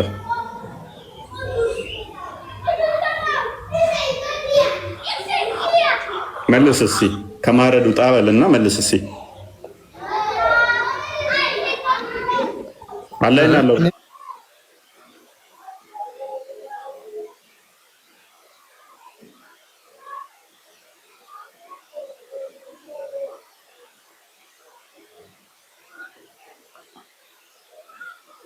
አለ በዛቱ ሁሉም ቦታ አለ። በዛቱ መሬትም አለ። አዎ ኦኬ ኦኬ። በዛቱ ሰማይ ላይም አለ፣ ከሰማይም በላይ አለ። አንተ አለ አይደል እንደ በሴት ብልት ወጥቷል ብለህ የምታምን? ችግር የለውም። ስድቡን ትደርስበታለህ። አሁን መረጃው ቁምና አውራ። ስለዚህ ሉክ አላህ በዚህም አለ፣ በሰማይ ላይም አለ፣ በሁሉ ቦታ አለ ብሎናል። ከሰው ተወለደ የምትል እኮ ጅል አለህ እኮ አንተ። ኧረ እባክህ ስድቡን ትደርስበታለህ። ስንት ዓመት ሰው ሳይፈጠር ስንት ዓመት እንደቆየ ታውቃለህ? እንደተፈጠረ የዋህብያ ሙስሊሞች እንደዚህ ናቸው። በቃ ከስድብና ከማረድ ውጭ የሚያውቁት ነገር የለም። ካሊድ አርሽ ላይ ተቀምጧል አለ። አላህ አርሽ ላይ ተቀምጦ ነው ያለው አለ። ጀግና ከሆንክ ካልኩ እኮ ትክክለኛ የምታምንበት ከሆነ ካሊድ አርሽ ላይ ተቀምጦ ነው ያለው አለ አለ። ናፊ ያለበትን ቦታ ንገረኝና አንተ ብትሞታለህ እኔ እሞታለሁ። እስኪ ናፊ በቦታ አላህ አይገለጥም ብላ ነው የምታምነው። ኡቤዳ ደግሞ በሁሉም ቦታ በዛቱ አላህ አለ ብሎ ነው የሚያምነው። ለዚህ እኮ እኔ ቀድሜም ነግሬያለሁ። ወደ 73 ምናምን ነው የምንከፋፈለው። እናንተ ደግሞ ወደ 72 ነው። አሁዶች የሚባሉ አባስ ሲያንዳንድ ደግሞ የአባስን አላ ቅድም ያንስማበ አባስ ሲያንዳንድ አላህ የት ነው ያለው ከማለት በፊት አንተ የት ነው አለ ብለህ የምታስበው አላህን? እኔማ የለም ብዬ ነው የማስበው ነው ጨራሽ። ምን ለምን ትጠይቀኛለህ አንተ? አላህ የት ነው አለ ብለህ ታስባለህ አንተ ራስህ? የለም ብዬ አስባለሁ። እሺ አንተ የት ነው ያለው? አሁን ሁሉንም ሙስሊሞች አንድ የሚያደርጋቸው ምን እንደሆነ ታውቃለህ? ምንም አንድ አያደርጋችሁም። ምክንያቱም ካሊድ ላይላ ነው በቃ ላይላ ብትል ላይላ ያደርገው የትኛውን አለ ሙስሊም የአምስት ወቅት ሰላት እንዳለ ያውቃል ይሰማል። ሲማኝ ፎይ ለየትኛው አለ ነው የምትሰግደው? ካሊድ እጅግር አለው አርሽ ላይ የተቀመጠ ብሎ ነው የሚያምነው። ኡበይዳ ደግሞ በሁሉ ቦታ ያለ አላህ ብሎ ነው የሚያምነው። ናፊ ደግሞ እጅግር የሌለው አላህ ብላ ነው የምታምነው። ስለ የትኛው አላህ ነው የምታወራው? ያንተን አላህ ንገረን ባይሆን ያንተ አላህ ደግሞ የትኛው ነው? ናው ያንተን አላህ ንገረን። አንድ ነው አትበለን። ስህተቶችን ለቃቅሞ ያታወዛግበን እንትን ስህተት አይደለም ካሊድ ስህተቶች ቀጥለ እንትናውን ጥያቄን ቀጥለ ሆን ብለህ አንተ አከፋፍለህ ነው። አሁን ሁሉም ሙስሊም የሚስማማበት አግሪመንት አለ።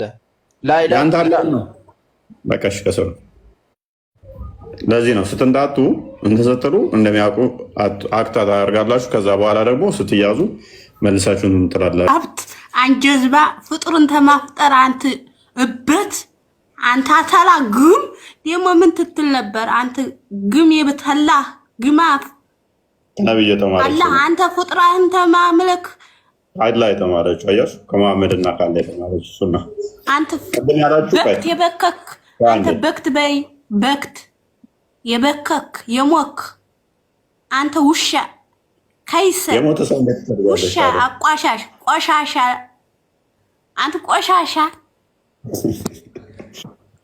ሰው ነው የሚያቋሽሸው። ደግሞ አንተ መሐመድ ካብት ጅል ያ እንዲያው አሁን የራስህን የራስህን ሃይማኖት ማታቅ እንጦል ደግሞ እኛ ጋር ትወዳደር ሶስት ፍጡር እያመለክ አንተ ለማኝ አይዞሽ ጨረሽ ደግሞ አንተ ሰው ደግሞ አንተ ጋር ደግሞ ሰው ብለው ይገባሉ። አንተ እዚህ አንተ ርካሽ ጋር ዝም ብለህ አንቋሽ ርካሽ በአግባቡ ትመልሳለህና አንተ ርካሽ የረከስ ስለዚህ ርካሽ ነሽ ማለት ነው። እኔ ጋር የገባሽው እንጂ ርካሽ ስለሆንሽ ነው። የረካሽ ቅድም የምትለው እንትን ቪዲዮ እንትን እያልኩ እስልምና አፈር ብላ አበክት የበከክ የሞክ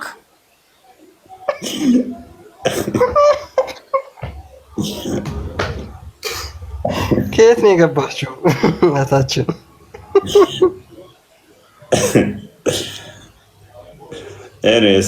ሱና ነው ጸበሉን ራይታን ሄደች ማሜን ሱና ያኛው ብሏል እኮ እንደዚህ ስድቡም የእናንተ ነው ብሏል። መጽሐፍቶቻችሁ ላይ ነው ያለው።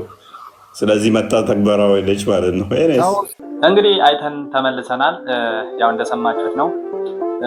እውነት ነው። እዚህ ላይ እንደው እውነት ለመናገር ወንድሞቻችን ማለት ነው አንዳንዴ ዝም ብሎ ከመተቸት ወይም ዝም ብሎ ከመመሻሸቅ ይልቅ ማወቅም ለጥያቄዎችም ተገቢ መልስም መስጠትን ያስፈልጋል። ለምሳሌ በእናንተ በራሳችሁ ያሉትን ነገሮች ላይ አንብባችሁ ትርጓሜዎችን እያንዳንዳቸውን ለሚጠየቁ ጥያቄዎችን መልስ መስጠት ጥሩ ነገር ነው። አሁን እዚህ ላይ እንግዲህ እንዳያችሁት ወንዱ ተሳዳቢ ወንድ ከሆንክ ና እዚህ ቦታ ላይ ሲለው ነበር እፎይን ማለት ነው። እፎይ እንደምናውቀው እንግዲህ የዛሬ ዓመት አካባቢ ነው ስለዚህ ስለ እስልምና ጉዳይ ቪዲዮዎችን ሲሰራ እንዲያውም ብዙ ነገሮች ደርሰውበት ነበር ይታወቃል።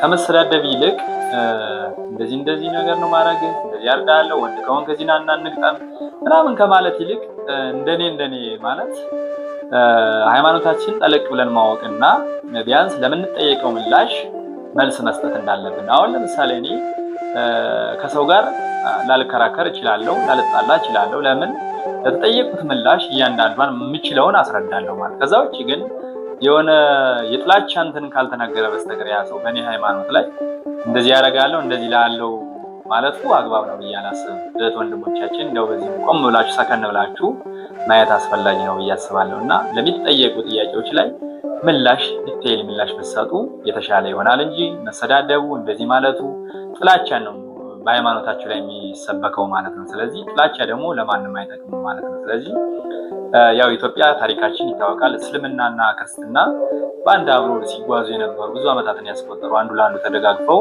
የኖሩ ናቸውና ስለዚህ እህት ወንድሞቻችን እህታችንም አሁን በጣም ስትሳደብ ነበር። ሰምታችኋት ከሆነ ቲክቶክ ላይቭ ላይ ነው ይህ ነገር ያመጣሁት እና እህታችንም በጣም ስትሳደብ ነበር። ስለዚህ ከመሳደብ ይልቅ ቢያንስ ተምራችሁ ትምህርቱን ወስዳችሁ ወይም ደግሞ በደንብ አንብባችሁ ቁርአናችሁን ጥያቄዎችን መመለስ መቻል አለ። ካልቻላችሁ የሚመለከተው ጥያቄውን መጠየቅ፣ ያን ጥያቄ ከተረዳችሁ በኋላ ለእናንተም እንደ ግብዓት መያዝም ትልቅ ነገር ነው። እኔ አሁን አንድ ጥያቄ ቢጠየቅ ያን ጥያቄ በአግባቡ ነው የምመልሰው። ካልቻልኩም አባቶችን ጠይቃለሁ፣ መልሳለሁ፣ ለራሴም ግንዛቤ እሰጣለሁ። ከዛ ውጭ ግን መሳደቡ እንትን ማለቱ አግባብ አይደለም። ልጁ ላይም ደግሞ ያልሆነ ነገር እንትን ማለትም ተገቢ አይደለም ብዬ ነው የማስበው። ወደ ሌላ ቪዲዮ ወስዳችኋለሁ። ይህን ቪዲዮ አይተን እንመለሳለን።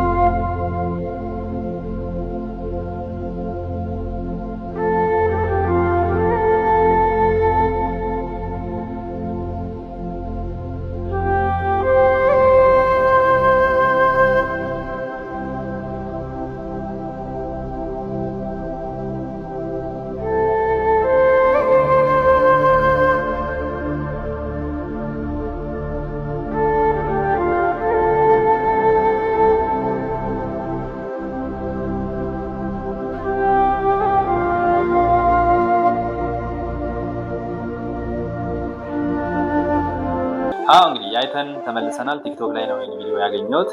አርማጊዲዮን ማን ነው የሚለውን ነገር ነው እዚህ ላይ እየጻፈ ያስቀመጠው ልጁ እና ኮሜንት ላይ ሪፕላይ አድርጎ ነው እንትን ያለው። ያው በሰይጣን አሸናፊነት ይጠናቀቃል ተብሎ ይጠበቃል በሚለው ነው የሚላሽ የተሰጠበት ይመስለኛል። ስለዚህ አንዳንድ እዚህ ላይ የምናገረው አጭር ነገር አለች። እንደ እውነት ለመናገር ፍጡር ፈጣሪውን ያሸንፋል ብላችሁ ታስባላችሁ? እውነት ለመናገር ማለት ነው እና ማይሆን ነገር ነው፣ ማይታሰብ ነገር ነው። ስለዚህ የፈጠረን እያለ ፍጡርኛ ደግሞ ፈጣሪያችን ያሸንፋለን ማለት መድከሙ አስፈላጊ አይደለም። እሺ ሌላ ቪዲዮ አለችን አይተን እንመለሳለን። እንኳን ድንግል ማርያም የኔ አይን የእናንተም አይን ማለት ነው እንዳይከፋችሁ ሳይሰበር ሰውን ከነግሩ ማስገባት ይችላል። ላንግባባ እንችላለን። ምክንያቱም ገባው እንዴ እንዳይል ሰው ማለት ነው። ያማ ሰውየውን ስናየው ከራስ ጸጉሩ እስከ እግር ጥፍሩ ትልልቁ ፎቅ ሁሉ አይናችን ውስጥ ቁጭ ብሎ ይታያል። እዚህ ጋር ብናየው አሁን ማለት ነው ይሄው እዚያና እዚህ አለን አሁን ማለት ነው። ይሄው አለን ማለት ነው። ቦታዬን ሳለቅ አይን ውስጥ አለው፣ ደግሞ ከአይን ውስጥ ሳልወጣ ደግሞ ቦታዬ ላይ አለው ማለት ነው። ቦታው ከአብ አንድነት ሳይለይ በድንግል ማርያም ማይጸን አለ። ድንግልናዋን ሳይሽር ተጸነሰ። በድንግል ማርያም ማይጸን ሳለ ደግሞ ከአብ አንድነት አልተለየም ነው። አምላክም ሰውም ነው ስንል እሱን ነው የሚያስረዳው። ስለዚህ ምንን ትሰብክልናለች ከተባለ በዚያ በድንግልና የማይለወጥ ልጇን የማይለወጥ ድንግልና እንዳላት ወደ ሰውነት ያልተለወጠ ልጅ አላት፣ ወደ አምላክነትም ያልተለወጠ ልጅ አላት፣ ሰውም አምላክም የሆነ ልጅ አላት ማለታችን ነው። ከዛ ሊቃውንቱ ምን ይላሉ? ትንቢቱን እሱ ባወቀ አናግሮታል፣ ምሳሌውንም እሱ ባወቀ አስመስሏል። ምስጢሩ እንደው ምንድነው ይላሉ ሊቃውንቱ ሲናገሩ። ምንድነው ምስጢሩ ያለውን ሲናገሩ እሷ እሱን ወልዳ እስከ ዘላለም ድንግል እየተባለች እንደምትኖር እሱም ከሷ ተወልዶ እስከ ዘላለሙ አምላክ ወሰብ ሲባል ይኖራል። እሷ እሱን ወልዳ እስከ ዘላለሙ ድረስ ስሟ ማን ነው ቢባል ድንግል ወም ነው። ድንግል ወም ብለን እንጠራታለን። ክርስቶስ ደግሞ እስከ ዘላለም ስሙ ማን ነው ቢባል አምላክ ወሰብ ነው። ፍጹም አምላክ ፍጹም ሰው ነው። በዚህ ይታወቃል። ከዚያ ተመልከቱ፣ እንደውም አሉ ሊቃውንቱ ልደት ቀዳማዊ ታውቀ በዳህራዊ ልደት ነው የሚሉት። ቀዳማዊ ልደቱ የታወቀ በዳህራዊ ልደቱ ነው። ለምን ሲባል ከድንግል ማርያም ያለ አባት መወለዱ ከአብ ያለ እናት መወለዱን ያስረዳለታል።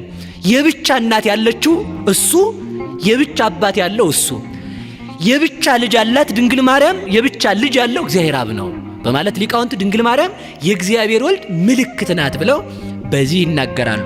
ሶስተኛ ድንግል ማርያም ነው የእግዚአብሔር መንፈስ ቅዱስ ምልክት ናት።